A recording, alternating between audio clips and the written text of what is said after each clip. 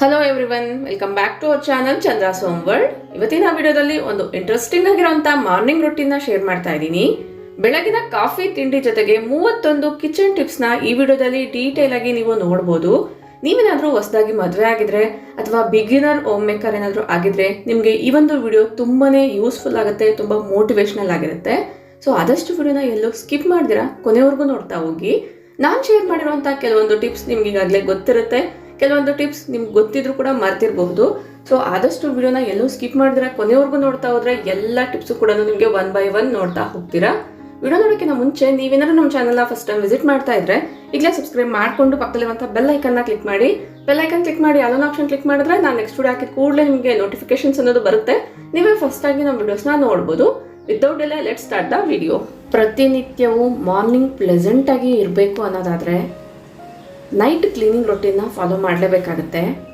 Morning ಎದ್ದಿದ ಕೂಡಲೇ ಒಂದು ಪ್ಲೆಸೆಂಟ್ ಆಗಿರುವಂಥ ಅಟ್ಮಾಸ್ಫಿಯರ್ನ ನಾವು ಕ್ರಿಯೇಟ್ ಮಾಡ್ಕೊಳ್ಬೇಕು ಅನ್ನೋದಾದರೆ ಆದಷ್ಟು ನೈಟಲ್ಲೇ ಪಾತ್ರೆಗಳನ್ನೆಲ್ಲ ತೊಳೆದು ಸಿಂಕ್ ಎಲ್ಲನೂ ಕ್ಲೀನ್ ಮಾಡಿ, ಅಡುಗೆ ಮನೆ ಕಟ್ಟೆ ಏನಿರುತ್ತೆ ಇದೆಲ್ಲದನ್ನು ಕೂಡ ಒರೆಸಿ ಇಡೋದ್ರಿಂದ ಮಾರ್ನಿಂಗ್ ಟೈಮ್ ನಾವು ಕಿಚನ್ ಒಳಗಡೆ ಬರಬೇಕಾದ್ರೆ ಒಂದು ಪ್ಲೆಸೆಂಟ್ ಆಗಿರುವಂಥ ಕಿಚನ್ನ ನೋಡ್ಬೋದು. ಕ್ಲೀನ್ ಆಗಿರುವಂಥ ಕಿಚನ್ನ ನೋಡೋದ್ರಿಂದ ಸೊ ಅಲ್ಲಿ ಕೆಲಸ ಮಾಡೋಕ್ಕೂ ಕೂಡ ನಮಗೂ ಮೋಟಿವೇಟ್ ಆಗುತ್ತೆ, ಇಷ್ಟ ಕೂಡ ಆಗುತ್ತೆ. ಸೊ ಆದಷ್ಟು ನಾನು ನೈಟಲ್ಲೇ ಈ ರೀತಿ ಕಿಚನ್ನ ಕ್ಲೀನ್ ಮಾಡಿ ಇಟ್ಕೊಳ್ತೀನಿ. ಈ ಒಂದು ರೊಟೀನ ನೀವು ಫಾಲೋ ಮಾಡೋದಾದ್ರೆ ನನಗೆ ಕಮೆಂಟ್ ಮಾಡಿ ತಿಳಿಸಿ. ಸಮ್ಮರಲ್ಲಿ ತುಂಬಾ ಜನ ಉಪ್ಪಿನಕಾಯಿನ ಮಾಡ್ತಾ ಇರ್ತೀವಿ. ಉಪ್ಪಿನಕಾಯಿ ಮಾಡಬೇಕಾದ್ರೆ ಮಿಕ್ಸ್ ಮಾಡುವಂಥ ಸ್ಪೂನ್ ಸ್ಟೀಲ್ ಅಥವಾ ಪ್ಲಾಸ್ಟಿಕ್ನ ಯೂಸ್ ಮಾಡೋದ್ರ ಬದಲಾಗಿ ಈ ರೀತಿ ವುಡನ್ ಸ್ಪೂನ್ನ ಯೂಸ್ ಮಾಡೋದ್ರಿಂದ ಉಪ್ಪಿನಕಾಯಿ ತುಂಬಾ ದಿನಗಳವರೆಗೂ ಬಾಳಿಕೆ ಬರುತ್ತೆ. ಬೇಗನೆ ಕೆಡ್ದಿರ ಇರಬೇಕು ಅನ್ನೋದಾದ್ರೆ ಆದಷ್ಟು ಡ್ರೈ ಆಗಿರುವಂತಹ ಈ ರೀತಿ ವುಡನ್ ಸ್ಪೂನ್ಸ್ನ ಯೂಸ್ ಮಾಡಿ. ಬೆಳಗ್ಗೆಯಿಂದನೇ ವ್ಲಾಗ್ನ ಸ್ಟಾರ್ಟ್ ಮಾಡಿರೋದ್ರಿಂದ 1 by 1 ಎಲ್ಲ ಕಿಚನ್ ಟಿಪ್ಸ್ನ ತಿಳಿಸ್ಕೊಡ್ತಾ ಹೋಗ್ತಾ ಇದ್ದೀನಿ. ನೆಕ್ಸ್ಟ್ ಈ ರೀತಿ ಬಾಳೆ ಎಲೆಗಳನ್ನ ನಾವು ತಂದು ಸ್ಟೋರ್ ಮಾಡ್ಕೊಳ್ತಾ ಇರ್ತೀವಲ್ವಾ, ಆಲ್ಮೋಸ್ಟ್ 5 ದಿನ ಆಗಿದೆ ನಾನು ಈ ಒಂದು ಬಾಳೆ ಎಲೆಗಳನ್ನ ತೊಗೊಂಡು ಬಂದು. ಇದನ್ನ ಯಾವ ರೀತಿ ಸ್ಟೋರ್ ಮಾಡಿದ್ದೀನಿ ಅನ್ನೋದು ಕೂಡ ತೋರಿಸ್ತೀನಿ. ಮೇ ಬಿ ನಿಮಗೂ ಕೂಡ ಉಪಯೋಗ ಆಗ್ಬೋದು. ಸೊ ಬಾಳೆಯಲ್ಲಿ ಊಟ ಮಾಡೋ ಒಂದು ಅನುಭೂತಿನೇ ಬೇರೆ ಅಲ್ವಾ. ಇದೆಲ್ಲ ಹಾಳಾಗಬಾರ್ದು ಅಂತ ಹೊರಗಡೆ ಕೂಡ ಒಂದು ಹೋಗಿರುವಂಥ ಬಾಳೆಹಣ್ಣು ಎಲೆನೇ ನಾನು ಸುತ್ತಿ ಇಟ್ಟಿದ್ದೆ. ಫಸ್ಟಿಗೆ ನಾನು ಎಲ್ಲ ಬಾಳೆ ಎಲೆಗಳ ಮೇಲೆ ಈ ರೀತಿ ನೀರನ್ನ ಚುಮ್ಕಿಸ್ತಾ ಇದ್ದೀನಿ. ಜಾಸ್ತಿ ನೀರನ್ನ ಹಾಕಬಾರ್ದು, ಜಸ್ಟ್ ಈ ರೀತಿ ಚುಮ್ಕಿಸ್ಬೇಕಾಗತ್ತೆ. ಈ ರೀತಿ ಚುಮ್ಕಿಸ್ಬಿಟ್ಟು ಒಂದು ನ್ಯೂಸ್ ಪೇಪರ್ ಮೇಲೆ ಈ ರೀತಿಯಾಗಿ ಎಲ್ಲ ಎಲೆಗಳನ್ನ ನೀಟಾಗಿ ಹೊಂದಿಸ್ಕೊಳ್ಳಿ. ಈಗ ನ್ಯೂಸ್ ಪೇಪರ್ ಸಹಾಯದಿಂದ ಎಲ್ಲ ಎಲೆಗಳನ್ನ ಕೂಡ ಈ ರೀತಿ ನಾವು ಫೋಲ್ಡ್ ಮಾಡಿ ಇಟ್ಕೊಳ್ಳೋದಷ್ಟೇ. ಈ ರೀತಿ ಇಡೋದ್ರಿಂದ ಎಕ್ಸ್ಟ್ರಾ ಏನಾದ್ರು ನೀರಿನಾಂಶ ಇದ್ರೂ ಕೂಡ ಪೇಪರ್ ಅನ್ನೋದು ಎಳ್ಕೊಳ್ಳುತ್ತೆ. ತುಂಬ ದಿನಗಳವರೆಗೂ ಕೂಡ ಬಾಳೆ ಎಲೆಗಳು ಫ್ರೆಶ್ ಆಗಿರುತ್ತೆ. ಈ ಐಡಿಯಾ ಇಷ್ಟ ಆದರೆ ಲೈಕ್ ಮಾಡಿ. ನೆಕ್ಸ್ಟು ಆದಷ್ಟು ನೀರು ಬೇಸಿಗೆಯಲ್ಲಿ ತಂಪಾಗಿರಬೇಕು ಅನ್ನೋದ್ರಿಂದ ಮಡಿಕೆನ ಯೂಸ್ ಮಾಡ್ತಾ ಇರ್ತೀವಿ. ಮಡಿಕೆಯಲ್ಲಿ ನೀರನ್ನ ತುಂಬಿಸೋದಕ್ಕಿಂತ ಮುಂಚೆ ಅದರಲ್ಲಿ ಏನಾದ್ರು ನೀರಿದ್ರೆ ಅದನ್ನು ಚೆಲ್ಲಾಡ್ದಿರ ಈ ರೀತಿ ಗಿಡಗಳಿಗೆ ಹಾಕಿ. ಆ ನೀರು ತಂಪಾಗಿರೋ ಕಾರಣ ಬೇಸಿಗೆಯಲ್ಲಿ ಗಿಡಗಳು ತುಂಬ ಸೊಂಪಾಗಿ ಬೆಳೆಯೋ ಚಾನ್ಸ್ ಇರುತ್ತೆ. ಈಗ ನಾನು ಮಡಿಕೆಯಲ್ಲಿ ನೀರನ್ನ ತುಂಬಿಸ್ತೀನಿ. ನೀರು ತುಂಬಿಸೋದಕ್ಕಿಂತ ಮುಂಚೆ ಮಡಿಕೆನ ಒಂದ್ಸರಿ ನೀಟಾಗಿ ವಾಶ್ ಮಾಡ್ಕೊಳ್ತಾ ಇದ್ದೀನಿ. ಒಂದು ವೇಳೆ ಹೊಸ ಮಡಿಕೆ ಆದರೆ ಒಳಗಡೆ ಎಲ್ಲ ಕೈ ಹಾಕಬಾರ್ದು ಅಂತ ಹೇಳ್ತಾರೆ. ಬಟ್ ಸ್ವಲ್ಪ ದಿನಗಳ ಕಾಲ ಯೂಸ್ ಮಾಡಿದಾದ್ಮೇಲೆ ಈ ರೀತಿ ಒಳಗಡೆ ಎಲ್ಲ ಕೂಡ ನೀವು ಕೈನ ಹಾಕ್ಬಿಟ್ಟು ನೀಟಾಗಿ ತೊಳೆದ್ಬಿಟ್ಟು ನೀರನ್ನ ತುಂಬಿಸ್ಕೊಳ್ಬೋದು. ಹೋಲ್ ಡೇ ಬೇಸಿಗೆಯಲ್ಲಿ ತಣ್ಣಗಿರೋ ನೀರು ಬೇಕು ಅನ್ನೋದಾದರೆ ಆದಷ್ಟು ಬೆಳಗ್ಗೆನೆ ಈ ರೀತಿ ಮಡಿಕೆಯಲ್ಲಿ ನೀರನ್ನ ತುಂಬಿಸ್ಕೊಳ್ಬೇಕಾಗತ್ತೆ. ನೀರನ್ನ ತುಂಬಿಸೋದಕ್ಕೋಸ್ಕರ ನಾನಿಲ್ಲಿ ಸಿಂಕ್ ಹತ್ರ ಒಂದು ವುಡನ್ ಚಾಪಿಂಗ್ ಬೋರ್ಡ್ನ ಇಟ್ಬಿಟ್ಟು ಅದ್ರ ಮೇಲೆ ನಾನು ಈ ರೀತಿ ಮಡಿಕೆನ ಇಟ್ಕೊಂಡಿದ್ದೀನಿ. ಇಲ್ಲಿ ನೋಡ್ತಾ ಇದ್ದೀರಲ್ವಾ, ಫಿಲ್ಟರಿಂದ ವಾಟರ್ ಡೈರೆಕ್ಟಾಗಿ ಮಡಿಕೆ ಒಳಗಡೆ ಬೀಳ್ತಾ ಇದೆ. ಸಿಂಕ್ ಒಳಗಡೆ ಮಡಿಕೆನ ಡೈರೆಕ್ಟಾಗಿ ಇಟ್ಟಿದ್ದೀವಿ ಅನ್ನೋ ಯೋಚನೆ ಕೂಡ ಇರಲ್ಲ, ಹೈಜಿನಿಕ್ ಆಗು ಕೂಡ ಇರುತ್ತೆ. ಈ ರೀತಿ ಫಿಲ್ಟರಲ್ಲಿ ನಾನು ನೀರನ್ನ ಇಟ್ಕೊಳ್ಬೇಕಾದ್ರೆ ಯಾವುದೇ ಕಾರಣಕ್ಕೂ ಸ್ವಿಚ್ನ ಆನ್ ಮಾಡಲ್ಲ. ವೇಸ್ಟ್ ವಾಟರ್ನ ಸಪ್ರೇಟಾಗಿ ಕಲೆಕ್ಟ್ ಮಾಡ್ಕೊಳ್ಳೋಣ ಅನ್ನೋದ್ರಿಂದ ನಾನು ಸ್ವಿಚ್ನ ಆನ್ ಮಾಡಿದಿರ ಫಸ್ಟಿಗೆ ಫಿಲ್ಟರಲ್ಲಿರುವಂಥ ವಾಟರ್ನೆಲ್ಲ ಕೂಡ ಖಾಲಿ ಮಾಡ್ತಾ ಇದ್ದೀನಿ. ಅಂದರೆ ಒಂದು ಮಡಿಕೆಯಲ್ಲಿ ತುಂಬಿಸ್ಕೊಳ್ತಾ ಇದ್ದೀನಿ. ಈ ರೀತಿ ನಾನು ಬೆಳಗಿನ ಜಾವನೇ ನೀರು ತುಂಬಿಸಿ ಇಡೋದ್ರಿಂದ ಆಲ್ಮೋಸ್ಟ್ 10 to 11 o'clock ಒಳಗಡೆ ಮಡಿಕೆಯಲ್ಲಿರುವಂಥ ನೀರೆಲ್ಲ ಕೂಡ ತುಂಬ ಕೂಲಾಗಿರುತ್ತೆ. ನಿಮ್ಮ ಮನೆಯಲ್ಲಿ ಎಷ್ಟು ಜನ ಇದ್ದೀರೋ ನೋಡಿಕೊಂಡು ಅದ್ರ ಮೇರೆಗೆ ಮಡಿಕೆ ಸೈಜ್ ಅನ್ನೋದು ತಗೊಳ್ಳಿ.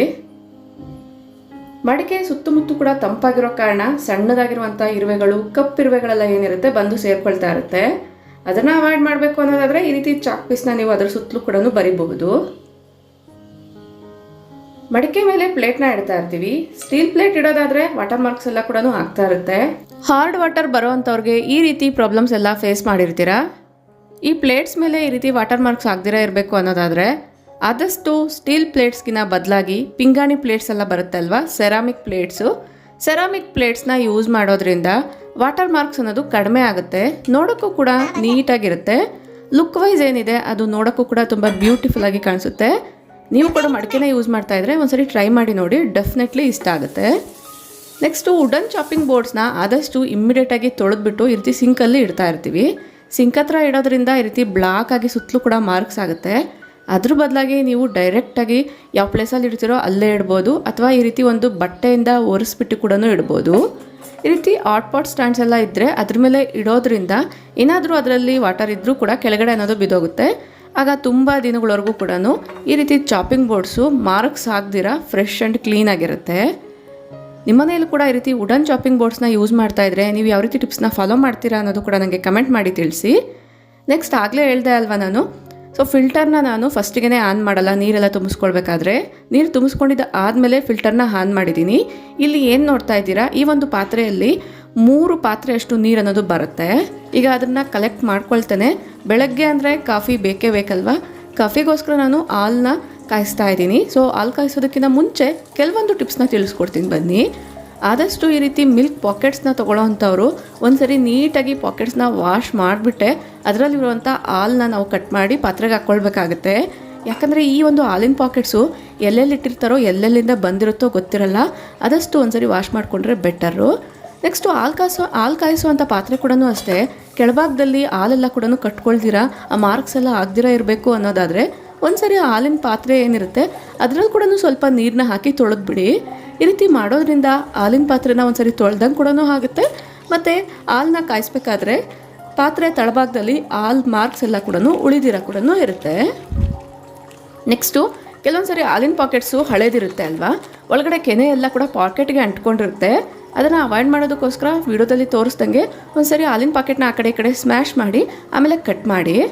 ಕಟ್ ಮಾಡಬೇಕಾದ್ರೂ ಕೂಡ ಅಷ್ಟೇ ಆ ಒಂದು ಸ್ಮಾಲ್ ಪಾಕೆಟೆಲ್ಲ ಏನಿರುತ್ತೆ, ಅಂದರೆ ಸ್ಮಾಲ್ ಕಟ್ಟಿಂಗ್ ಎಲ್ಲ ಏನಿರುತ್ತೆ ಅದು ಕೂಡ ರೀಸೈಕಲ್ ಆಗಬೇಕು ಅನ್ನೋದಾದರೆ ವಿಡಿಯೋದಲ್ಲಿ ತೋರಿಸಿದ್ದೀನಲ್ಲ ಆ ರೀತಿ ಕಟ್ ಮಾಡ್ಕೊಳ್ಬೇಕಾಗತ್ತೆ. ಈಗ ಹಾಲನ್ನ ಕಾಯ್ಸೋಕೆ ಇಡ್ತಾ ಇದ್ದೀನಿ. ಹಾಲಿನ ಕೆನೆ ಏನಾದರೂ ನೀವು ತೆಗಿತೀರಾ ಅನ್ನೋದಾದರೆ ಆದಷ್ಟು ಸಿಮ್ಮಲ್ಲಿ ಇಟ್ಕೊಂಡು ಹಾಲನ್ನ ಕಾಯಿಸ್ಕೊಳ್ಬೇಕಾಗತ್ತೆ. ಈಗ ಅಷ್ಟರಲ್ಲೇ ನಾನು ಹಾಲಿನ ಪಾಕೆಟ್ಸ್ನ ಕೂಡ ತೊಳೆದು ಇಟ್ಬಿಡ್ತೀನಿ.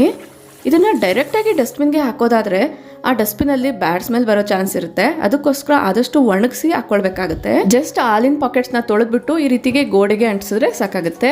ಅದು ವಿತಿನ್ 1-2 ಅವರ್ಸಲ್ಲೇ ಡ್ರೈ ಆಗಿಬಿಡುತ್ತೆ. ನೆಕ್ಸ್ಟು ಕೆಲವೊಂದು ಐಟಮ್ಸ್ನ ನಾನು ಏನೇನು ತೆಗೆದಿರ್ತೀನಿ, ಕತ್ರಿ ಇರ್ಬೋದು, ಚಾಕು, ಅದೆಲ್ಲ ಕೂಡ ಇಮ್ಮಿಡಿಯೇಟಾಗಿ ವಾಶ್ ಮಾಡಿ ಸೈಡ್ಗೆ ಇಟ್ಕೊಳ್ತಾ ಇದ್ದೀನಿ. ಈಗ ಈ ಪಾತ್ರೆ ತುಂಬ ನೀರು ತುಂಬಿದೆ. ಫಿಲ್ಟರ್ ಸ್ವಿಚ್ನ ಆಫ್ ಮಾಡಿ ಆ ಪಾತ್ರೆಯಲ್ಲಿರುವಂಥ ನೀರನ್ನ ನಾನು ಯಾವ ಏರಿಯಾದಲ್ಲಿದ್ದೀನಿ ಆ ಏರಿಯಾಗೆ ಹತ್ತಿರದಲ್ಲಿರುವಂಥ ಗಿಡಗಳಿಗೆ ಹಾಕ್ಕೊಳ್ತಾ ಇದ್ದೀನಿ. ಈ ರೀತಿ ನಾನು ಮನೆಯ ಎಂಟ್ರಿವೇಯಲ್ಲಿ ಗಿಡಗಳನ್ನ ಇಟ್ಕೊಂಡಿದ್ದೀನಿ, ಈ ಗಿಡಗಳಿಗೆ ಹಾಕ್ಕೊಳ್ತಾ ಇದ್ದೀನಿ. ಈಗ ಮತ್ತೆ ಸ್ವಿಚ್ನ ಆನ್ ಮಾಡಿಬಿಟ್ಟು ಆ ವೇಸ್ಟ್ ವಾಟರ್ನ ಕಲೆಕ್ಟ್ ಮಾಡ್ಕೊಳ್ತಾ ಇದ್ದೀನಿ. ಕಿಟಕಿಗಳನ್ನ ಈ ರೀತಿ ಓಪನ್ ಮಾಡಿ ಇಟ್ಟಿರ್ತೀವಿ ಚೆನ್ನಾಗಿ ಗಾಳಿ ಬರಲಿ ಅನ್ನೋದ್ರಿಂದ. ಕೆಲವೊಂದು ಸರಿ ಡಸ್ಟ್ ಎಲ್ಲ ಕೂಡ ಬರ್ತಾ ಇರುತ್ತೆ ಅಲ್ವಾ, ಅದನ್ನು ಅವಾಯ್ಡ್ ಮಾಡಬೇಕು ಅಂದರೆ ಆದಷ್ಟು ಕಿಟಕಿನ ಅರ್ಧಕ್ಕೆ ಮುಚ್ಚಿದ್ರೆ ಸಾಕಾಗುತ್ತೆ. ಬಟ್ ನಾವು ಡೈರೆಕ್ಟಾಗಿ ಅರ್ಧಕ್ಕೆ ಮುಚ್ಚಿಟ್ರೆ ಗಾಳಿ ಬಂದಾಗೆಲ್ಲ ಜೋರಾಗಿ ಸೌಂಡ್ ಬರ್ತಾ ಇರುತ್ತೆ. ಅದನ್ನು ಅವಾಯ್ಡ್ ಮಾಡಬೇಕು ಅನ್ನೋದಾದರೆ ಜಸ್ಟ್ ವಿಡಿಯೋದಲ್ಲಿ ತೋರಿಸ್ತಾ ಅಲ್ವಾ, ಲಾಕ್ ಏನಿರುತ್ತೆ ಅದನ್ನು ಜಸ್ಟ್ ಹೊರಗಡೆಗೆ ಈ ರೀತಿ ಟರ್ನ್ ಮಾಡಿಬಿಟ್ಟು ಕಿಟಕಿನ ಓಪನ್ ಮಾಡಿ ಬಿಟ್ಟರೆ ಸಾಕಾಗುತ್ತೆ. ಗಾಳಿ ಬಂದಾಗ ಸೌಂಡ್ ಬರ್ದಿರ ಇರುತ್ತೆ. ಅಷ್ಟರಲ್ಲಿ ಇನ್ನೊಂದು ಪಾತ್ರೆ ವೇಸ್ಟ್ ನೀರು ಕೂಡ ತುಂಬಿತು, ಅದನ್ನು ಕೂಡ ನಾನು ಗಿಡಗಳಿಗೆ ಹಾಕ್ಕೊಳ್ತಾ ಇದ್ದೀನಿ. ಬೇಸಿಗೆಯಲ್ಲಿ ಆದಷ್ಟು ಫಿಲ್ಟರ್ನ ನೀವು ಅಂದರೆ ವಾಟರ್ ಪ್ಯೂರಿಫೈಯರ್ನ ಆನ್ ಮಾಡೋದಾದರೆ ಆದಷ್ಟು ಬೆಳಗ್ಗೆ ಟೈಮೇ ಆನ್ ಮಾಡಬೇಕಾಗುತ್ತೆ. ಮಧ್ಯಾಹ್ನ ಸುಡು ಬಿಸಿಲಿನಲ್ಲಿ ಏನಾದರೂ ನೀವು ಆನ್ ಮಾಡೋದಾದರೆ ಬೇಗನೆ ಫಿಲ್ಟರ್ಸ್ ಎಲ್ಲ ಹಾಳಾಗೋ ಚಾನ್ಸ್ ಇರುತ್ತೆ. ಇದರಲ್ಲಿರುವಂಥ ನೀರು ಕೆಲವೊಂದು ಗಿಡಗಳಿಗೆಲ್ಲ ಹಾಕಿ ರಂಗೋಲಿ ಮೇಲೆ ಕೂಡ ಚುಮ್ಕಿಸ್ತಾ ಇದ್ದೀನಿ. ಇದನ್ನು ರಂಗೋಲಿ ಉಂಡೆಯಿಂದ ಹಾಕೋದ್ರಿಂದ ಅದು ಒಂದು ಪೇಸ್ಟ್ ರೀತಿಯಲ್ಲಿ ಅಂಟ್ಕೊಂಬಿಟ್ಟಿರುತ್ತೆ. ಈ ರೀತಿ ನೀರನ್ನ ಹಾಕೋದ್ರಿಂದ ಕ್ಲೀನಿಂಗ್ ಅನ್ನೋದು ತುಂಬ ಈಸಿ ಆಗುತ್ತೆ. ಮನೆಯ ಎದುರುಗಡೆನೆ ಈ ರೀತಿ ಗಿಡಗಳನ್ನೆಲ್ಲ ಇಟ್ಕೊಳ್ಳೋದ್ರಿಂದ ಒಂದು ಪಾಸಿಟಿವ್ ವೈಬ್ರೇಷನ್ಸ್ ಅನ್ನೋದು ಮೂಡುತ್ತೆ. ಗ್ರೀನರಿನ ನೋಡೋಕ್ಕೆ ಒಂದು ರೀತಿಯಾಗಿರುವಂಥ ಖುಷಿ. ಜಸ್ಟ್ ಈ ರೀತಿ ಕೆಲಸಗಳು ಮಾತ್ರನೇ ಮಾಡ್ತೀನಿ ಅಂತ ಅಂದ್ಕೊಂಡಿರೋರು ಕನ್ಫ್ಯೂಸ್ ಆಗಬೇಡಿ, ವಿಡಿಯೋನ ಕೊನೆವರೆಗೂ ನೋಡ್ತಾ ಹೋಗಿ. ನಾನು ಯಾವ ರೀತಿ ಪ್ಲೆಸೆಂಟಾಗಿ ಮಾರ್ನಿಂಗ್ ವೈಬ್ಸ್ನ ಕಳೀತೀನಿ ಅನ್ನೋದು ಕೂಡ ತಿಳಿಸ್ತಾ ಹೋಗ್ತೀನಿ. ಈಗ 3ನೇ ಸತಿ ನಾನು ಫಿಲ್ಟರ್ನ ಆನ್ ಮಾಡಿದ್ದೀನಿ. ಅಷ್ಟರಲ್ಲಿ ಹಾಲು ಕೂಡ ಚೆನ್ನಾಗಿ ಕಾದಿದೆ. ಹಾಲು ಕಾಯಬೇಕಾದ್ರೆ ಈ ರೀತಿ ಉಕ್ಕಿ ಬರೋ ಚಾನ್ಸ್ ಇರುತ್ತೆ. ಇದನ್ನು ಅವಾಯ್ಡ್ ಮಾಡೋದಕ್ಕೋಸ್ಕರ ತುಂಬ ಜನ ಈ ರೀತಿ ವುಡನ್ ಸ್ಪೂನ್ನ ಇಡ್ತಾ ಇರ್ತಾರೆ. ಈ ರೀತಿ ವುಡನ್ ಸ್ಪೂನ್ ಇಡೋದ್ರಿಂದ ಹಾಲು ಉಕ್ಕಿ ಬರ್ದಿರ ಇರುತ್ತೆ. ಬಟ್ ನಾನು ಯಾವ ರೀತಿ ಟಿಪ್ಸ್ನ ಫಾಲೋ ಮಾಡ್ತೀನಿ ಅನ್ನೋದು ಕೂಡ ಶೇರ್ ಮಾಡ್ತೀನಿ. ವುಡನ್ ಸ್ಪೂನ್ನ ಇಡೋದ್ರಿಂದ ಹಾಲು ಕೆನೆ ಅನ್ನೋದು ಇದಕ್ಕೆ ಅಂಟ್ಕೊಂಡಿರುತ್ತೆ. ಇದನ್ನು ಕ್ಲೀನ್ ಮಾಡೋದು ಕೂಡ ಸ್ವಲ್ಪ ಕಷ್ಟ ಆಗುತ್ತೆ. ಅದಕ್ಕೋಸ್ಕರ ಈ ರೀತಿ ಒಂದು ಸ್ಪೂನ್ನ ನಾನು ಹಾಲು ಕಾಯಿಸುವಂಥ ಪಾತ್ರೆಯಲ್ಲಿ ಹಾಕ್ಬಿಡ್ತೀನಿ. ಅದು ಕೂಡ ನಾವು ತೊಗೊಂಡಿರುವಂಥ ಪಾತ್ರೆ ದಪ್ಪ ತಳ ಇರುವಂಥ ಪಾತ್ರೆ ಆದರೆ ಹಾಲು ಸಾಮಾನ್ಯವಾಗಿ ಹೊರಗಡೆ ಚೆಲ್ದಿರ ಇರುತ್ತೆ. ಈಗ ಈ ಒಂದು ಸ್ಪೂನ್ನ ಕೂಡ ಇಮ್ಮಿಡಿಯೇಟಾಗಿ ಕ್ಲೀನ್ ಮಾಡಿಬಿಡ್ತೀನಿ. ಇದೇನಾದ್ರು ಸ್ವಲ್ಪ ಒಣಗ್ತು ಅಂದರೂ ಕೂಡ ಜಾಸ್ತಿ ಟೈಮ್ ಬೇಕಾಗುತ್ತೆ ಇದನ್ನು ಕ್ಲೀನ್ ಮಾಡೋದಕ್ಕೋಸ್ಕರ. ಈಗ ನೋಡಿ ಹಾಲು ಉಕ್ಕಿ ಬರ್ದಿರ ನೀಟಾಗಿ ಕುದೀತಾ ಇದೆ. ಈಗ ಒಂದು ಒಳ್ಳೆ ಕಾಫಿನ ರೆಡಿ ಮಾಡ್ಕೊಳ್ಳೋಣ. ಕಾಫಿ ತುಂಬ ಟೇಸ್ಟಿಯಾಗಿ ಆಗಬೇಕು ಅಂದರೆ ಯಾವ ರೀತಿ ಮಾಡ್ಕೊಳ್ಬೇಕು ಅನ್ನೋದು ಕೂಡ ತಿಳಿಸ್ಕೊಡ್ತೀನಿ. ಅದೇ ರೀತಿ ಟೀನ ಮಾಡಬೇಕಾದ್ರೂ ಕೂಡ ಕೆಲವೊಂದು ಟಿಪ್ಸ್ನ ತಿಳಿಸ್ಕೊಡ್ತೀನಿ. ಡೆಫಿನೆಟ್ಲಿ ಅವೆಲ್ಲ ಕೂಡ ನಿಮಗೆ ಯೂಸ್ಫುಲ್ ಆಗುತ್ತೆ. ನಾನಿಲ್ಲಿ ಇನ್ಸ್ಟೆಂಟ್ ಕಾಫಿ ಪೌಡರಿಂದ ಕಾಫಿನ ರೆಡಿ ಮಾಡ್ಕೊಳ್ತಾ ಇದ್ದೀನಿ. ಸಕ್ಕರೆ ಕಾಫಿ ಪೌಡರ್ನ ಒಂದು ಗ್ಲಾಸ್ಗೆ ಹಾಕ್ಕೊಂಡು ಎಷ್ಟು ಹಾಲು ಬೇಕೋ ನೋಡಿಕೊಂಡು ಈ ರೀತಿ ಚೆನ್ನಾಗಿ ಮಿಕ್ಸ್ ಮಾಡ್ಕೊಳ್ತಾ ಇದ್ದೀನಿ. ಕಾಫಿ ನಿಮಗೆ ಟೇಸ್ಟಿಯಾಗಿ ಬರಬೇಕು ಅನ್ನೋದಾದರೆ ಕರೆಕ್ಟಾಗಿ ಕಾಫಿ ಪೌಡರು ಸಕ್ಕರೆ ಹಾಕಿದ್ದಾದಮೇಲೆ ಈ ರೀತಿ ಹಾಲನ್ನ ಹಾಕಿ ಚೆನ್ನಾಗಿ ನೊರೆ ಬರೋವರೆಗೂ ಕೂಡ ಆ ಕಡೆಯಿಂದ ಈ ಕಡೆಗೆ ಈ ಕಡೆಯಿಂದ ಆ ಕಡೆ ಗ್ಲಾಸ್ಗೆ ಈ ರೀತಿ ಚೆನ್ನಾಗಿ ಹಾಕ್ಕೊಳ್ಬೇಕಾಗತ್ತೆ. ಒಂದು ವೇಳೆ ನೀವು ಟೀನ ಮಾಡ್ತೀರಾ ಅನ್ನೋದಾದರೆ ಟೀನ ಈ ರೀತಿ ಶೋಧಿಸಿದಾದ್ಮೇಲೆ ಟೀ ಪೌಡ್ರ್ ಅನ್ನೋದು ಕಲೆಕ್ಟ್ ಆಗಿರುತ್ತೆ ಅಲ್ವಾ, ಅದನ್ನು ಚೆಲ್ಲಾಡ್ದಿರ ಈ ರೀತಿ ಅದೇ ಪಾತ್ರೆಯಲ್ಲಿ ಹಾಕಿ ಬಿಟ್ಬಿಡಿ. ಈಗ ನಾನು ಟೀನ ಒಂದು ಗ್ಲಾಸ್ಗೆ ಸಪ್ರೇಟಾಗಿ ಹಾಕಿದ್ದೀನಿ. ಇನ್ನೊಂದು ಗ್ಲಾಸಲ್ಲಿರೋದನ್ನು ನೋಡಿ ವಿಡಿಯೋದಲ್ಲಿ ತೋರಿಸ್ದಂಗೆ ಚೆನ್ನಾಗಿ ಆ ಕಡೆಯಿಂದ ಈ ಕಡೆಗೆ ಚೆನ್ನಾಗಿ ಒಂದು ಗ್ಲಾಸಿಂದ ಒಂದು ಗ್ಲಾಸ್ಗೆ ಈ ರೀತಿ ನೊರೆ ಬರೋವರೆಗೂ ಕೂಡ ಹಾಕ್ಕೊಳ್ತಾ ಇದ್ದೀನಿ. ಇದು ಯಾಕೆ ರೀತಿ ಮಾಡ್ತಾ ಇದ್ದೀನಿ, ಇದರಿಂದ ಏನು ಡಿಫ್ರೆನ್ಸ್ ಆಗುತ್ತೆ ಅನ್ನೋದು ಕೂಡ ತೋರಿಸ್ತೀನಿ ನೋಡಿ. ಒಂದು ಗ್ಲಾಸಲ್ಲಿ ನಾನು ಜಾಸ್ತಿ ಟರ್ನ್ ಮಾಡಿಲ್ಲ, ಒಂದು ಗ್ಲಾಸಲ್ಲಿರೋದು ಚೆನ್ನಾಗಿ ಟರ್ನ್ ಮಾಡಿ ಇಟ್ಟಿದ್ದೀನಿ, ಅಂದರೆ ನೊರೆ ಬರೋವರೆಗೂ ಟರ್ನ್ ಮಾಡಿ ಇಟ್ಟಿದ್ದೀನಿ. ಈಗ ನೋಡಿ ನಾವು ಪಾತ್ರೆಯಲ್ಲಿ ಹಾಲು ಜೊತೆಗೇ ಟೀ ಪೌಡರ್ನ ಹಾಕಿರೋದ್ರಿಂದ ಆ ಹಾಲಿನ ಕಣ ಎಲ್ಲ ಇರುತ್ತೆ ಅಲ್ವಾ, ಅದನ್ನು ಒಂದು 2 ಸತಿ ನೀಟಾಗಿ ತೊಳ್ಕೊಂಡು ಚೆಲ್ಬಿಡಿ. ಈ ರೀತಿ ಚೆಲ್ಲಿದಾದ್ಮೇಲೆ 3ನೇ ಬಾರಿ ನೀರನ್ನ ಹಿಡ್ಕೊಂಡು ಟೀ ಪೌಡರ್ ಜೊತೆಗೆ ಡೈರೆಕ್ಟಾಗಿ ಈ ರೀತಿ ಗಿಡಗಳಿಗೆ ಹಾಕೋದ್ರಿಂದ ಒಳ್ಳೆ ಫರ್ಟಿಲೈಸರ್ ಆಗಿ ವರ್ಕ್ ಆಗುತ್ತೆ. ಗಿಡಗಳು ಕೂಡ ಚೆನ್ನಾಗಿ ಬೆಳೆಯುತ್ತೆ. ಒಂದು ವೇಳೆ ನಿಮಗೆ ಈ ರೀತಿ ಹಾಕೋದು ಇಷ್ಟ ಇಲ್ಲ ಅಂದ್ರೂ ಆ ಒಂದು ಟೀ ಪೌಡ್ರ್ ಏನಿರುತ್ತೆ ಅದನ್ನು ಒಣಗಿಸ್ಬಿಟ್ಟು ಕೂಡ ಗಿಡಗಳಿಗೆ ಹಾಕ್ಕೊಳ್ಬೋದು. ಈಗ ಡಿಫ್ರೆನ್ಸ್ ಅಬ್ಸರ್ವ್ ಮಾಡ್ತಾ ಇದ್ದೀರಲ್ವಾ, ನಾನು ಚೆನ್ನಾಗಿ ನೊರೆ ಬರೋವರೆಗೂ ಚೆನ್ನಾಗಿ ತಿರುಗಿಸ್ಕೊಂಡಿರುವಂಥ ಟೀ ನೋಡಿ ನೊರೆ ಆಗೇ ಇದೆ. ಅದೇ ಇನ್ನೊಂದು ಗ್ಲಾಸಲ್ಲಿರುವಂಥ ಟೀ ಕೆನೆ ಅನ್ನೋದು ಬಂದಿದೆ ನೋಡಿ, ಎರಡಕ್ಕೂ ಇದೆ ಡಿಫ್ರೆನ್ಸ್. ಟೇಸ್ಟ್ ವೈಸ್ ಕೂಡ ನೊರೆ ಬಂದಿರುವಂಥ ಟೀ ಚೆನ್ನಾಗಿರುತ್ತೆ, ಒಂದ್ಸರಿ ಟ್ರೈ ಮಾಡಿ ನೋಡಿ. ನೆಕ್ಸ್ಟು ಹಾಲಿನ ಕೆನೆ ನೀವೇನಾದ್ರು ಮನೆಯಲ್ಲಿ ಶೇಖರಣೆ ಮಾಡಿ ಬೆಣ್ಣೆ ತುಪ್ಪ ಮಾಡ್ತೀರಾ ಅನ್ನೋದಾದರೆ ಹಾಲು ಕಾಯಿಸಿದಾದ್ಮೇಲೆ ಅದ್ರ ಮೇಲೆ ಪ್ಲೇಟ್ನ ಕ್ಲೋಸ್ ಮಾಡ್ತಾ ಇರ್ತೀರಲ್ವ, ಆ ಪ್ಲೇಟ್ನ ಪೂರ್ತಿಯಾಗಿ ಕ್ಲೋಸ್ ಆಗಬಾರ್ದು, ಸ್ವಲ್ಪ ಆದರೂ ಗಾಳಿ ಹೊರಗಡೆ ಹೋಗಿ ಒಳಗಡೆ ಬರೋ ರೀತಿಯಲ್ಲಿ ಈ ರೀತಿ ಕ್ಲೋಸ್ ಮಾಡಿ. ಈ ರೀತಿ ಮಾಡೋದ್ರಿಂದ ಕೆನೆ ಕೂಡ ಜಾಸ್ತಿ ಬರುತ್ತೆ. ಒಂದು ವೇಳೆ ನೀವು ಅದೇ ಹಾಲನ್ನ ಮೊಸರೆಲ್ಲ ಮಾಡೋಕ್ಕೆ ಉಪಯೋಗಿಸ್ತೀರಾ ಅನ್ನೋದಾದರೂ ಕೂಡ ಕೆನೆ ಮತ್ತು ನೊರೆ ಎಲ್ಲ ಏನು ಬಂದಿರುತ್ತೆ ಅದನ್ನು ಸೈಡ್ಗೆ ಊದ್ಬಿಟ್ಟು ಎಷ್ಟು ಹಾಲು ಬೇಕೋ ಅಷ್ಟು ಹಾಲನ್ನ ಒಂದು ಪಾತ್ರೆಗೆ ಹಾಕ್ಕೊಂಡು ಆಮೇಲೆ ಈ ರೀತಿ ಲಿಡ್ನ ಕ್ಲೋಸ್ ಮಾಡ್ಬೋದು. ಈ ರೀತಿ ಮಾಡೋದ್ರಿಂದ ನೊರೆ ಮತ್ತು ಕೆನೆ ಒಂದೇ ಪಾತ್ರೆಯಲ್ಲೇ ಇರೋದ್ರಿಂದ ಲಿಡ್ನ ಕೂಡ ನಾವು ಪೂರ್ತಿ ಕ್ಲೋಸ್ ಮಾಡಿಲ್ಲ, ಸೊ ಕೆನೆ ಅನ್ನೋದು ತಿಕ್ಕಾಗಿ ಬರೋ ಚಾನ್ಸ್ ಇರುತ್ತೆ. ಈಗ ನೋಡಿ ಪ್ಲೆಸೆಂಟಾಗಿರುವಂಥ ಮಾರ್ನಿಂಗ್ ವೈಬ್ಸ್ ಅಂದರೆ ಇದೇನೆ. ನಮ್ಮ ಮನೆ ಎದುರುಗಡೆನೆ ಒಂದು ದೊಡ್ಡದಾಗಿರುವಂಥ ಮರ ಇದೆ, ಅದರ ಜೊತೆಗೆ ನಾನು ಕೂಡ ಎಂಟ್ರಿವೇಯಲ್ಲಿ ತುಂಬ ರೀತಿಯಾಗಿರುವಂಥ ಗಿಡಗಳನ್ನ ಬೆಳೆಸಿರೋದ್ರಿಂದ ಒಂದು ಒಳ್ಳೆ ಪಾಸಿಟಿವ್ ವೈಬ್ಸ್ ಅನ್ನೋದು ಇರುತ್ತೆ. ಅಕ್ಕಿಗಳ ಚಿಲಿಪಿಲಿ ಶಬ್ದಗಳು ತುಂಬ ಚೆನ್ನಾಗಿ ಕೇಳ್ತಾ ಇರುತ್ತೆ, ನೀವು ಕೂಡ ಕೇಳಿಸ್ಕೊಳ್ತಾ ಇದ್ದೀರಾ ಅಲ್ವಾ. ಸೊ ಆದಷ್ಟು ನಾನು ಕಾಫಿಗಿನ ಮುಂಚೆನೇ ಮಾರ್ನಿಂಗ್ ಡ್ರಿಂಕ್ನ ಪ್ರಿಫರ್ ಮಾಡ್ತೀನಿ. ನಾನು ಯಾವುದಾದ್ರೂ ಒಂದು ಡಿಟಾಕ್ಸ್ ಡ್ರಿಂಕ್ನ ತೊಗೊಂಡು ಅದಾದಮೇಲೆ ಕಾಫಿನ ತೊಗೊಳ್ತೀನಿ, ಅಥವಾ ಕಾಫಿನ ಸ್ಕಿಪ್ ಮಾಡಿದ್ರೂ ಪರವಾಗಿಲ್ಲ, ಯಾವುದಾದ್ರೂ ಒಂದು ಗ್ರೀನ್ ಟೀ ಅಥವಾ ಡಿಟಾಕ್ಸ್ ಡ್ರಿಂಕ್ಸ್ನ ನಾನು ತೊಗೊಳ್ತಾ ಇರ್ತೀನಿ. ಸೊ ಈ ರೀತಿ ನಾನು ಕಾಫಿ ಅಥವಾ ಡಿಟಾಕ್ಸ್ ಡ್ರಿಂಕ್ಸ್ನ ಕುಡಿಬೇಕಾದ್ರೆ ಈ ಒಂದು ಏರಿಯಾದಲ್ಲಿ ಕೂತ್ಕೊಂಡು ತುಂಬ ಪ್ಲೆಸೆಂಟಾಗಿ ಆ ಒಂದು ಟೈಮ್ನ ಸ್ಪೆಂಡ್ ಮಾಡ್ತೀನಿ. ಹೋಲ್ ಡೇ ಏನೇನು ಕೆಲಸ ಇದೆ, ಯಾವುದನ್ನು ಫಸ್ಟ್ ಮಾಡಬೇಕು, ಯಾವುದನ್ನು ಇಗ್ನೋರ್ ಮಾಡಬೇಕು ಅನ್ನೋದೆಲ್ಲ ಕೂಡ ಇಲ್ಲೇ ಕೂತ್ಕೊಂಡು ಥಿಂಕ್ ಮಾಡ್ಕೊಳ್ತಾ ಸೊ ಆ ಒಂದು ಪಾಸಿಟಿವ್ ವೈಬ್ಸ್ನ ನಾನು ಕೂಡ ಎಂಜಾಯ್ ಮಾಡ್ತಾ ಇರ್ತೀನಿ. ಮಾರ್ನಿಂಗ್ ಟೈಮು ನಾನು ಗಿಡಗಳಿಗೆ ನೀರು ಹಾಕ್ದೆ ಅಲ್ವಾ, ಆ ನೀರು ಎಕ್ಸಸ್ ಆಫ್ ವಾಟರ್ ಹೊರಗಡೆ ಬಂದಿರುತ್ತೆ, ಅದರ ಮಾರ್ಕ್ಸ್ ಅನ್ನೋದು ಆಗಬಾರ್ದು ಅನ್ನೋದಾದರೆ ಈ ರೀತಿ ವೈಪರ್ ಸಹಾಯದಿಂದ ನೀರನ್ನೆಲ್ಲ ಕೂಡ ಹೊರಗಡೆ ಹಾಕ್ತೀನಿ. ಬೆಳಗ್ಗೆನೇ ನಾನು ವ್ಲಾಗ್ನ ಸ್ಟಾರ್ಟ್ ಮಾಡಿರೋದ್ರಿಂದ ಸೊ ಈ ರೀತಿ ಮನೆ ಮುಂದೆ ಎಲ್ಲ ಕೂಡ ನೀರನ್ನ ಹಾಕಿದ್ದೆ. ಈಗ ರಂಗೋಲಿ ಹಾಕುವಂಥ ಟೈಮ್ ನಿಮ್ಮಲ್ಲಿ ಕೇಳ್ತಾ ಇರ್ತೀರಲ್ವ, ಸೊ ಅದಕ್ಕೋಸ್ಕರ ಸಿಂಪಲ್ ಆಗಿರುವಂಥ ರಂಗೋಲಿನ ತೋರಿಸ್ದೆ ಅಷ್ಟೇ. ಅಷ್ಟರಲ್ಲಿ ಈಗ 3ನೇ ಸತಿ ಈ ಒಂದು ಬಿಂದಿಗೆ ಅನ್ನೋದು ನೀರನ್ನೋದು ತುಂಬಿದೆ, ಇದನ್ನು ನಾನು ಗಿಡಗಳಿಗೆ ಹಾಕ್ಬಿಡ್ತೀನಿ. ಇವತ್ತು 3.5 ಬಿಂದಿಗೆ ಅಷ್ಟು ನೀರು ಬಂದಿತ್ತು ವೇಸ್ಟ್ ವಾಟರ್, ಇನ್ನು ಅರ್ಧ ಬಿಂದಿಗೆ ಅಷ್ಟು ನಾನು ಸೈಡ್ಗೆ ಇಟ್ಕೊಂಡಿದ್ದೀನಿ. ಈಗ ಬೆಳಗಿನ ತಿಂಡಿಗೋಸ್ಕರ ನಾನು ಚಪಾತಿ ಮಾಡಿ ಬೆಂಡೆಕಾಯಿ ಪಲ್ಯ ಮಾಡೋಣ ಅನ್ನೋದ್ರಿಂದ ಬೆಂಡೆಕಾಯಿನ ಒಂದು ಅರ್ಧ ಗಂಟೆಯಿಂದ 1 ಅವರ್ ಹೊರಗಡೆನೆ ತೆಗೆದಿಟ್ಟಿದ್ದೆ. ಬೆಂಡೆಕಾಯಿನ ತೊಗೊಂಡು ಬಂದು ಆಲ್ಮೋಸ್ಟ್ 4ರಿಂದ 5 ದಿನ ಆಗಿದೆ, ಫ್ರೆಶ್ ಆಗಿದೆ ಅಲ್ವಾ. ಅದಕ್ಕೋಸ್ಕರ ನಾನು ಫಸ್ಟಿಗೆ ಒಂದು ನ್ಯೂಸ್ ಪೇಪರಲ್ಲಿ ಬೆಂಡೆಕಾಯಿನ ರ್ಯಾಪ್ ಮಾಡಿಬಿಟ್ಟು ಈ ರೀತಿ ಕವರಲ್ಲಿ ಹಾಕಿ ಇಟ್ಟಿದ್ದೆ. ಏನಾದರೂ ಇದರಲ್ಲಿ ತೇವಾಂಶ ಇದ್ದರೂ ಕೂಡ ನಾವು ನ್ಯೂಸ್ ಪೇಪರ್ ಹಾಕಿರೋದ್ರಿಂದ ಅದೆಲ್ಲ ಕೂಡ ಅಬ್ಸರ್ವ್ ಮಾಡ್ಕೊಳ್ಳುತ್ತೆ. ಬೆಂಡೆಕಾಯಿನ ತೊಳೆಯೋದಕ್ಕೋಸ್ಕರ ನೀರಲ್ಲಿ ಹಾಕಿಬಿಟ್ಟು ಸ್ವಲ್ಪ ಉಪ್ಪನ್ನ ಹಾಕಿ ಒಂದು 5 ನಿಮಿಷ ಬಿಟ್ಟು ಆಮೇಲೆ ವಿಡಿಯೋದಲ್ಲಿ ತೋರಿಸ್ದಂಗೆ ಪ್ರತಿಯೊಂದನ್ನ ಈ ರೀತಿ ನೀಟಾಗಿ ತೊಳೆದು ಆ ಒಂದು ಟವಲ್ ಮೇಲೆ ಇಟ್ಕೊಳ್ತಾ ಇದ್ದೀನಿ. ಒಂದು ಅರ್ಧದಿಂದ 1 ಅವರ್ ಮುಂಚೆನೇ ಈ ರೀತಿ ನಾವು ತರಕಾರಿ ತೊಳೆದು ಇಡೋದ್ರಿಂದ ಅದೆಲ್ಲ ಕೂಡ ನೀರೆಲ್ಲ ಹೋಗಿ ಫ್ರೆಶ್ ಆಗಿ ರೆಡಿ ಆಗುತ್ತೆ. ಈಗ ನೋಡಿ ನೀರಿನ ಕಲರ್ ಕೂಡ ಚೇಂಜ್ ಆಗಿದೆ. ಈ ನೀರನ್ನ ಚೆಲ್ದಿರ ಸೈಡ್ಗೆ ಇಟ್ಕೊಂಡಿದ್ದೀನಿ. ಏನು ಮಾಡ್ತೀನಿ ಅನ್ನೋದು ಕೂಡ ಇದೇ ವಿಡಿಯೋ ಕೊನೆಯಲ್ಲೇ ತಿಳಿಸ್ತೀನಿ. ಆದಷ್ಟು ವಿಡಿಯೋನ ಎಲ್ಲೂ ಸ್ಕಿಪ್ ಮಾಡ್ತೀರಾ, ಕೊನೆವರೆಗೂ ನೋಡ್ತಾ ಹೋಗಿ. ಈಗ ಬೆಂಡೆಕಾಯಿ ಮೇಲೆ ಇರುವಂಥ ತೇವನ ತೆಗೆಯೋದಕ್ಕೋಸ್ಕರ ಆ ಟವಲಿಂದನೇ ಒಂದ್ಸರಿ ನೀಟಾಗಿ ಎಲ್ಲದನ್ನು ಒರೆಸಿ ಸೈಡಿಗೆ ತೆಗೆದಿಟ್ಕೊಂಡಿದ್ದೀನಿ. ಚಪಾತಿ ಹಿಟ್ಟನ್ನ ಮಿಕ್ಸ್ ಮಾಡೋಣ ಅಂತ ನೋಡಿದೆ, ಕಲಸಿಡೋಣ ಅಂತ ನೋಡಿದೆ. ಆವಾಗಲೇ ಗೊತ್ತಾಯಿತು ಚಪಾತಿ ಹಿಟ್ಟು ಖಾಲಿ ಆಗಿದೆ ಅಂತ. ಬಟ್ ಅಕ್ಕಿ ಹಿಟ್ಟು ಇತ್ತು. ಅಕ್ಕಿ ಹಿಟ್ಟು ಬೇಗ ಹುಳ ಆಗಬಾರ್ದು ಈ ರೀತಿ ಹಿಟ್ಟುಗಳೆಲ್ಲ ಅನ್ನೋದಾದರೆ ಸ್ವಲ್ಪ ಪಲಾವ್ ಎಲೆನ ಅದರಲ್ಲೇ ಹಾಕಿ ಇಟ್ಟರೆ ಸರಿ. ಈಗ ಇನ್ನೇನು ಬ್ರೇಕ್ಫಾಸ್ಟ್ ಮಾಡೋಣ ಅಂತ ನೋಡೋಷ್ಟರಲ್ಲಿ ಕೇವಲ ಒಂದು 4 ದೋಸೆ ಆಗೋಷ್ಟು ಹಿಟ್ಟಿತ್ತು.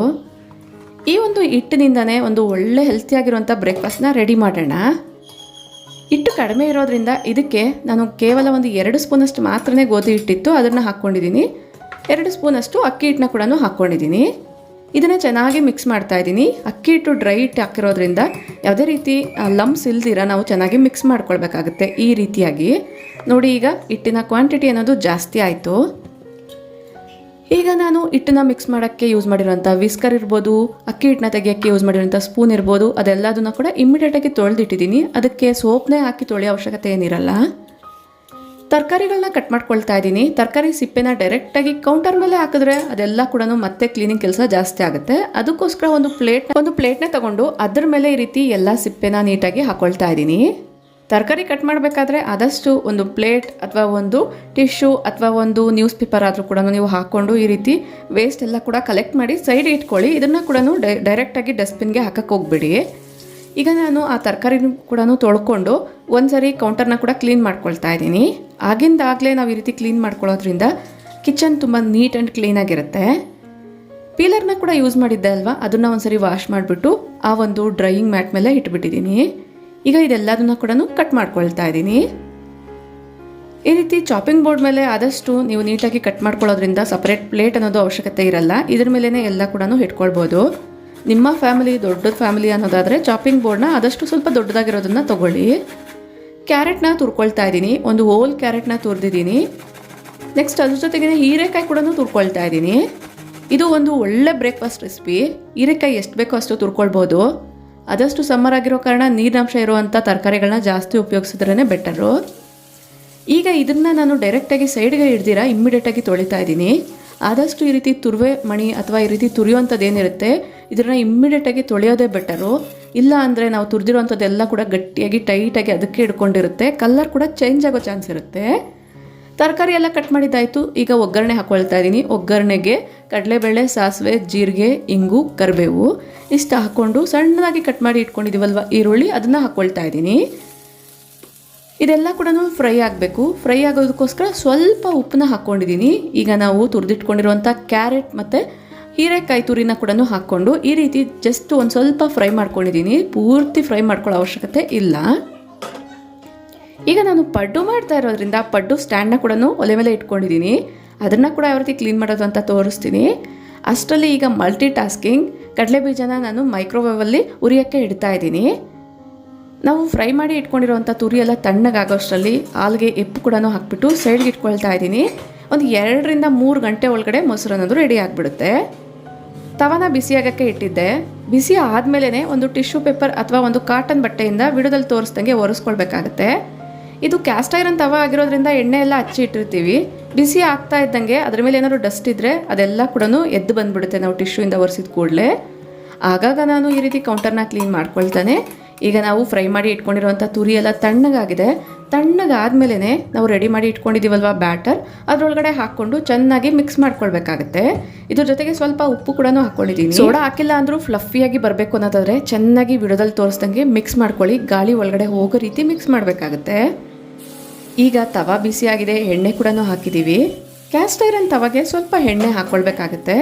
1 ರಿಂದ 2 ಬ್ಯಾಚ್ಗೆ ನೀವು ಎಣ್ಣೆ ಹಾಕಿದ್ರೆ ನೆಕ್ಸ್ಟ್ ಎಲ್ಲ ಬ್ಯಾಚ್ನ ಕೂಡ ಎಣ್ಣೆ ಹಾಕಿಲ್ಲ ಅಂದರೂ ಕೂಡ ನೀವು ಬೇಯಿಸ್ಕೊಳ್ಬೋದು. ಅಷ್ಟರಲ್ಲಿ ಕಡಲೆ ಬೀಜ ಕೂಡ ಹುರಿದಿದ್ದಾಗಿದೆ. ಚಟ್ನಿ ಒಂದು ಒಳ್ಳೆ ಟೇಸ್ಟ್ ಬರಬೇಕು ಅನ್ನೋದಾದರೆ ಈ ರೀತಿ ಮಾಡಿ ಒಂದು ಪಾತ್ರೆಯಲ್ಲಿ, ಅಂದರೆ ನಾನು ಚಟ್ನಿ ಕೂಡ ಇದೇ ಪಾತ್ರೆಯಲ್ಲೇ ತೆಗಿತೀನಿ, ಅದಕ್ಕೋಸ್ಕರ ಆ ಒಂದು ಪುಟ್ಟದಾಗಿರುವಂಥ ಪಾತ್ರೆಯಲ್ಲಿ ಸ್ವಲ್ಪ ಎಣ್ಣೆನ ಹಾಕಿ ಕರಿಬೇವು ಮತ್ತು ಹಸಿಮೆಣಸನ್ನ ಹಾಕಿ ಒಂದು ಪ್ಲೇಟ್ನ ಕ್ಲೋಸ್ ಮಾಡಿದ್ದೀನಿ. ಅದು ಒಂದ್ಸರಿ ಫ್ರೈ ಆಗಲಿ. ಫ್ರೈ ಆದಮೇಲೆ ಸ್ಟವ್ನ ಆಫ್ ಮಾಡಿಬಿಡಿ. ಅಷ್ಟರಲ್ಲಿ ಪಡ್ಡು ರೆಡಿ ಆಗಿದೆ. ಇನ್ನೊಂದು ಕಡೆ ಟರ್ನ್ ಮಾಡ್ತಾ ಇದ್ದೀನಿ. ನೋಡ್ತಾ ಇದ್ದೀರಲ್ವ ಎಷ್ಟು ಸುಲಭವಾಗಿ ಟರ್ನ್ ಆಗ್ತಿದೆ ಅಂತ. ಈ ರೀತಿ ಟರ್ನ್ ಮಾಡಿಬಿಟ್ಟು ಇನ್ನೊಂದು ನಿಮಿಷ ಬಿಡೋಣ. ಅಷ್ಟರಲ್ಲಿ ಇನ್ನೊಂದು ಕಡೆ ಕೂಡ ಕುಕ್ ಆಗುತ್ತೆ. ಈಗ ಚಟ್ನಿಗೆ ಹುರಿದಿರೋಂಥ ಕಡಲೆ ಬೀಜ, ಇದು ನಾವು ಬೆಳೆದಿರೋಂಥ ಕಡಲೆ ಬೀಜನೇ ಆಗಿರೋದ್ರಿಂದ ಡೈರೆಕ್ಟಾಗಿ ನಾನು ಜಾರಲ್ಲಿ ಹಾಕ್ಕೊಳ್ತಾ ಇದ್ದೀನಿ. ನೀವು ಸಿಪ್ಪೆ ತೆಗೆಬೇಕಾದ್ರೂ ಹಾಕ್ಕೊಳ್ಬೋದು. ಜಸ್ಟು ಬೆಳ್ಳುಳ್ಳಿನ ಸ್ವಲ್ಪನೇ ಹಾಕ್ಕೊಳ್ಬೇಕಾಗತ್ತೆ, ಇಲ್ಲಾಂದರೆ ಅದರ ವಾಸನೆ ಬಂದುಬಿಡುತ್ತೆ. ಈರುಳ್ಳಿ ಸ್ಕಿಪ್ ಮಾಡಿ ಇಷ್ಟ ಇದ್ದರೆ ಹಾಕ್ಕೊಳ್ಬೋದು. ಉಪ್ಪು, ಹುಣಸೆಹಣ್ಣು ಮತ್ತು ಕೊತ್ತಂಬರಿ ಸೊಪ್ಪು ಇಷ್ಟನ್ನ ಹಾಕ್ಬಿಟ್ಟು ನಾನು ಒಂದ್ಸರಿ ಮಿಕ್ಸಿ ಮಾಡ್ಕೊಂಬಂದ್ಬಿಡ್ತೀನಿ. ಚಟ್ನಿಗೆ ನೀವು ಜೀರಿಗೆ ಬೇಕಂದರೆ ಹಾಕ್ಕೊಳ್ಬೋದು. ನಾನು ಈ ಒಂದು ದೋಸೆ ಬ್ಯಾಟರಲ್ಲೇ ಜೀರಿಗೆ ಹಾಕಿರೋದ್ರಿಂದ ನಾನು ಚಟ್ನಿಗೆ ಜೀರಿಗೆ ಹಾಕ್ತಾಯಿಲ್ಲ. ನೋಡಿ, ಪಡ್ಡು ಕೂಡ ರೆಡಿ ಆಯಿತು. ಎರಡು ಕಡೆ ಪರ್ಫೆಕ್ಟಾಗಿರುವಂಥ ಶೇಪ್ ಬಂದಿದೆ, ತುಂಬ ಟೇಸ್ಟಿಯಾಗಿರುತ್ತೆ. ಅದು ಕೂಡ ನಾನು ಏನು ಯೂಸ್ ಮಾಡಿದ್ದೀನಿ ಬ್ಯಾಟರು, ಅದು ರಾಗಿ ಮತ್ತು ಮಿಲ್ಲೆಟ್ಸಿಂದ ತಯಾರಿಸಿರುವಂಥ ಬ್ಯಾಟರು. ಅದು ತುಂಬಾ ಹೆಲ್ತಿ ವರ್ಷನ್ ಕೂಡ ಹೌದು. ಅದ್ರ ಜೊತೆಗೆ ತುಂಬಾ ತರಕಾರಿನ ಹಾಕಿರೋದ್ರಿಂದ ಒಂದು ಒಳ್ಳೆ ಟೇಸ್ಟ್ ಕೂಡ ಕೊಡುತ್ತೆ. ಈಗ ನಾನು ಆಗಲೇ ಹಸಿಮೆಣಸು ಕರಿಬೇವು ಹುರ್ಕೊಂಡೆ ಅಲ್ಲ, ಅದೇ ಪಾತ್ರೆಯಲ್ಲಿ ಸ್ವಲ್ಪ ಉದ್ದಿನಬೇಳೆ, ಸಾಸಿವೆ, ಇಂಗು, ಜೀರಿಗೆ ಒಗ್ಗರಣೆ ಮಾಡಿಕೊಂಡು ಕರಿಬೇವನ್ನ ಹಾಕಿಬಿಟ್ಟು ರುಬ್ಬಿಟ್ಕೊಂಡಿರುವಂಥ ಚಟ್ನಿನ ಹಾಕ್ಕೊಳ್ಳೋದಷ್ಟೇ. ಈ ರೀತಿ ಬಿಸಿಯಾಗಿರುವಂಥ ಪಾತ್ರೆಯಲ್ಲಿ ಡೈರೆಕ್ಟಾಗಿ ಚಟ್ನಿನ ಹಾಕ್ಕೊಳ್ಳೋದ್ರಿಂದ ಚಟ್ನಿ ಸಾಯಂಕಾಲದವರೆಗೂ ಕೆಡದಿರ ಇರುತ್ತೆ. ಇಂಟ್ರೆಸ್ಟ್ ಇರೋರು ಒಂದ್ಸರಿ ಟ್ರೈ ಮಾಡಿ ನೋಡಿ. ಸಮ್ಮರಲ್ಲಿ ಬೇಗ ಕೆಡುತ್ತೆ ಅಲ್ವಾ, ಅಂಥವ್ರು ಈ ರೀತಿ ಟಿಪ್ಸ್ನ ಫಾಲೋ ಮಾಡ್ಬೋದು. ಈಗ ಸರ್ವಿಂಗ್ ಟೈಮ್ ಎಷ್ಟು ಕಲರ್ಫುಲ್ಲಾಗಿ ಕಾಣಿಸ್ತಾ ಇದೆ ಅಲ್ವಾ. ಇದು ತುಂಬಾ ಹೆಲ್ತಿ ವರ್ಷನು. ಇಮ್ಮಿಡಿಯೇಟಾಗಿ ನೀವು ಈ ರೀತಿ ಸ್ನ್ಯಾಕ್ಸ್ ಇರ್ಬೋದು, ತಿಂಡಿಗಿರ್ಬೋದು, ಪಡ್ಡುನ ರೆಡಿ ಮಾಡ್ಕೊಳ್ಬೋದು. ಅದು ಕೂಡ ಇದರಲ್ಲಿ ಸ್ವಲ್ಪ ಜಾಸ್ತಿನೇ ತರಕಾರಿ ಕೂಡ ಹಾಕಿದ್ದೀನಿ. ಈ ಒಂದು ಐಡಿಯಾ ಇಷ್ಟ ಆಯಿತು ಅನಿಸಿದ್ರೆ ಲೈಕ್ ಮಾಡಿ.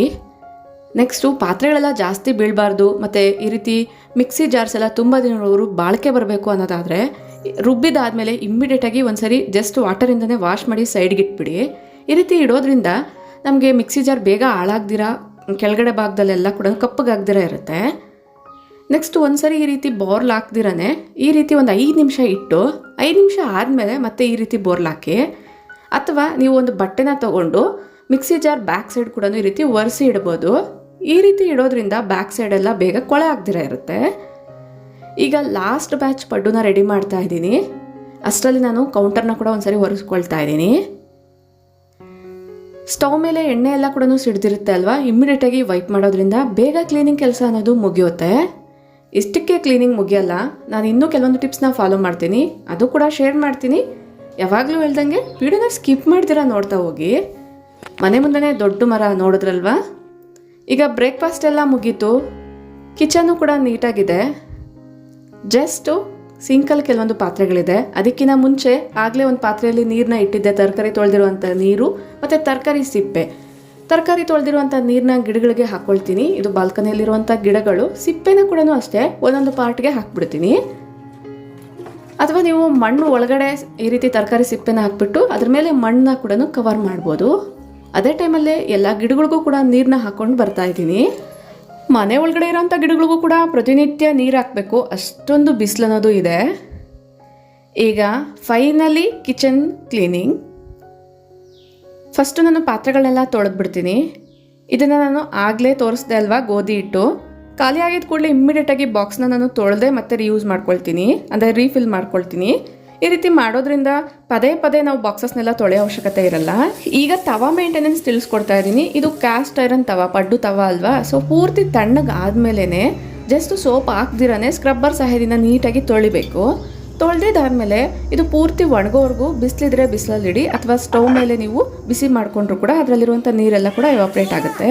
ಆಗ ಚೆಕ್ ಮಾಡಿಕೊಂಡು ತವಾ ಮೇಲೆ ಸ್ವಲ್ಪನೂ ಎಣ್ಣೆ ಇಲ್ಲ ಅನ್ನೋದಾದರೆ ಸ್ವಲ್ಪ ಎಣ್ಣೆನ ಸವರ್ಬಿಟ್ಟು ಇಡಬೇಕಾಗುತ್ತೆ. ಈ ರೀತಿ ಪುಟ್ಟದಾಗಿರುವಂಥ ಬಾಟಲ್ಸ್ ಇದ್ದರೆ ಬಿಸಾಡಿದಿರ ನೀಟಾಗಿ ಕ್ಲೀನ್ ಮಾಡಿ ಇಟ್ಕೊಳ್ಳಿ. ಈ ಬಾಟಲ್ಸ್ನು ನಾವು ಪೌಚಲ್ಲಿ ಕೂಡ ಇಟ್ಕೊಂಡು ಹೋಗ್ಬೋದು. ಸಮ್ಮರಲ್ಲಿ ಜಾಸ್ತಿ ವಾಟರ್ನ ಕನ್ಸ್ಯೂಮ್ ಮಾಡಬೇಕಲ್ಲ, ಸೊ ತುಂಬ ಹೆಲ್ಪ್ಫುಲ್ ಆಗುತ್ತೆ. ಸಿಂಕ್ ಕಟ್ಕೊಳ್ದಿರ ಇರಬೇಕು ಅನ್ನೋದಾದರೆ ಪಾತ್ರೆ ತೊಳೆದಿದ್ದಾದಮೇಲೆ ಇಮ್ಮಿಡಿಯೇಟಾಗಿ ಸಿಂಕ್ನ ಒಂದ್ಸರಿ ಕ್ಲೀನ್ ಮಾಡ್ಕೊಳ್ಬೇಕಾಗತ್ತೆ. ಈಗ ಟ್ಯಾಪ್ ಕ್ಲೀನಿಂಗ್. ಟ್ಯಾಪ್ನ ಯಾವ ರೀತಿ ಶೈನಿಯಾಗಿ ಮಾಡ್ಕೊಳ್ಳೋದು ಅಂತ ಲಾಸ್ಟ್ ವಿಡಿಯೋದಲ್ಲೇ ತಿಳಿಸ್ಕೊಟ್ಟಿದ್ದೀನಿ. ಇದು ಅದರ ಮೇಂಟೆನೆನ್ಸ್ ಅಥವಾ ಕಂಟಿನ್ಯೂಷನ್ ಅಂತಲೇ ಹೇಳ್ಬೋದು. ಪ್ರತಿನಿತ್ಯನೂ ನಾವು ಅದೇ ರೀತಿ ಕ್ಲೀನ್ ಮಾಡೋಕ್ಕೆ ಆಗಲ್ಲ ಅಲ್ವಾ. ಪ್ರತಿನಿತ್ಯ ಜಸ್ಟ್ ವಿಡಿಯೋದಲ್ಲಿ ತೋರಿಸ್ದಂಗೆ ವಿಮ್ ಲಿಕ್ವಿಡ್ನ ಹಾಕಿ ಒಂದ್ಸರಿ ಕ್ಲೀನ್ ಮಾಡಿಬಿಡಿ. ಇಲ್ಲಿ ನೋಡ್ತಾ ಇರೋವಂಥದ್ದು ವೈಟ್ ಸಿಂಕ್. ಈ ಒಂದು ಸಿಂಕ್ಸ್ನ ಎಷ್ಟು ಡ್ರೈ ಆಗಿ ಇಟ್ಕೊಂಡ್ರೆ ಅಷ್ಟು ಬೆಟರು. ನೆಕ್ಸ್ಟು ಸಿಂಕ್ ಹತ್ರನೇ ಸೋಪು ಲಿಕ್ವಿಡ್ಸ್ ಎಲ್ಲ ಹಿಡ್ದಿರ ಈ ರೀತಿ ಸೈಡಲ್ಲಿ ಒಂದು ಸ್ಟ್ಯಾಂಡ್ನ ಫಿಕ್ಸ್ ಮಾಡಿಕೊಂಡ್ರೆ ಆ ಒಂದು ಏರಿಯಾ ಕೂಡ ನೋಡೋಕ್ಕೆ ನೀಟಾಗಿರುತ್ತೆ. ಟ್ಯಾಪ್ನ ಕ್ಲೀನ್ ಮಾಡಿದ್ದಾಗಿತ್ತಲ್ವ, ಸೊ ಈಗ ಒಂದು ಡ್ರೈ ಆಗಿರುವಂಥ ಬಟ್ಟೆಯಿಂದ ನೀಟಾಗಿ ವೈಪ್ ಮಾಡಿ ಇಡ್ತಾ ಇದ್ದೀನಿ. ಈ ರೀತಿ ಮಾಡೋದ್ರಿಂದ ಅದರ ಮೇಲೆ ವಾಟರ್ ಅನ್ನೋದು ಬೀಳಲ್ಲ, ವಾಟರ್ ಮಾರ್ಕ್ಸ್ ಆಗದಿರ ಇರುತ್ತೆ. ಇಮಿಡಿಯೇಟಾಗಿ ನನ್ನ ಕೈಗಳನ್ನ ಕೂಡ ಹ್ಯಾಂಡ್ ವಾಶಿಂದ ನೀಟಾಗಿ ತೊಳ್ಕೊಳ್ತಾ ಇದ್ದೀನಿ. ಈಗ ಫೈನಲ್ ಟಚಿಂಗ್, ಅಂದರೆ ಫೈನಲ್ ಆಗಿ ನಾನು ಫಾಲೋ ಮಾಡೋವಂಥ ಒಂದು ಕ್ಲೀನಿಂಗ್ ರೊಟೀನ್. ತುಂಬ ಜನ ನನಗೆ ಕಮೆಂಟ್ ಮಾಡ್ತಾ ಇರ್ತೀರ, ನಮ್ಮ ಅಡುಗೆ ಮನೆಯಲ್ಲಿ ಇರುವೆಗಳು ಬರ್ತಾ ಇದೆ, ಸಣ್ಣ ಸಣ್ಣ ಸೊಳ್ಳೆಗಳು ಮತ್ತು ಸಣ್ಣ ಸಣ್ಣ ಜಿರಳೆಗಳೆಲ್ಲ ಬರ್ತಾ ಇದೆ ಅಂತ. ಆದಷ್ಟು ಅಡುಗೆ ಎಲ್ಲ ಆಗಿದ್ದಾದಮೇಲೆ ಒಂದು ಸರಿ ಸಿಂಕ್ ಎಲ್ಲ ಕ್ಲೀನ್ ಆಯಿತು ಅಂದಮೇಲೆ ಈ ರೀತಿ ಒಂದು ಕ್ಲೀನಿಂಗ್ ಸ್ಪ್ರೇನ ನೀವು ಸ್ಪ್ರೇ ಮಾಡ್ಕೊಳ್ಳಿ. ಈ ಕ್ಲೀನಿಂಗ್ ಸ್ಪ್ರೇಸ್ ಎಲ್ಲ ಕೂಡ ನಾನು ಮನೆಯಲ್ಲಿ ಮಾಡಿರೋವಂಥದ್ದೇ. ಈಗಾಗಲೇ ತುಂಬ ವೀಡಿಯೋಸ್ನ ಶೇರ್ ಮಾಡಿದ್ದೀನಿ. ಸ್ಟವ್ವು, ಚುಮ್ನಿ ಮತ್ತು ಕೌಂಟರ್ನ ನೀಟಾಗಿ ಒಂದ್ಸರಿ ಒರೆಸ್ಬಿಡಿ ಆ ಒಂದು ಲಿಕ್ವಿಡ್ನ ಹಾಕಿ. ಈ ರೀತಿ ಮಾಡೋದ್ರಿಂದ ಹೈಜಿನಿಕ್ ಆಗಿರುತ್ತೆ, ಕಿಚನ್ ನೀಟಾಗಿರುತ್ತೆ, ಒಳ್ಳೆ ಸ್ಮೆಲ್ ಕೂಡ ಬರುತ್ತೆ, ಸಣ್ಣ ಸಣ್ಣ ಸೊಳ್ಳೆ ಹುಳಗಳು ಬರ್ದಿರೋ ಕೂಡ ಇರುತ್ತೆ. ಈ ಐಡಿಯಾಸ್ ಎಲ್ಲ ನಿಮಗೆ ಡೆಫಿನೆಟ್ಲಿ ಯೂಸ್ಫುಲ್ ಆಗಿರುತ್ತೆ. ಕೆಲವೊಂದು ನಿಮ್ಗೆ ಗೊತ್ತಿರೋ ಅಂಥದ್ದೇ, ಆದರೂ ಕೂಡ ಮರ್ತಿರ್ತೀರ. ಈ ವಿಡಿಯೋ ನೋಡಿರೋದ್ರಿಂದ ನಿಮ್ಗೆ ಅದೆಲ್ಲ ಕೂಡ ನೆನಪಾಗ್ಬೋದು. ಐ ಹೋಪ್ ಈ ವಿಡಿಯೋ ನಿಮ್ಮೆಲ್ಲರಿಗೂ ಯೂಸ್ಫುಲ್ ಆಗುತ್ತೆ ಅನ್ನೋದ್ರಿಂದನೇ ಶೇರ್ ಮಾಡಿದ್ದೀನಿ. ಯೂಸ್ಫುಲ್ ಆಯಿತು ಅನ್ಸಿದ್ರೆ ಈಗ ಒಂದು ಲೈಕ್ ಮಾಡಿ, ನಿಮ್ಮ ಫ್ರೆಂಡ್ಸ್ ಆ್ಯಂಡ್ ಫ್ಯಾಮಿಲಿ ಜೊತೆಗೂ ಶೇರ್ ಮಾಡಿ. ಇನ್ನೊಂದು ಇಂಟ್ರೆಸ್ಟಿಂಗ್ ಆಗಿರುವಂಥ ವ್ಲಾಗ್ ಜೊತೆಗೆ ಮತ್ತೆ ಸಿಗ್ತೀನಿ. ಅಲ್ಲಿವರೆಗೂ ಟೇಕ್ ಕೇರ್, ಬಾಯ್ ಬಾಯ್, ನಮಸ್ತೆ.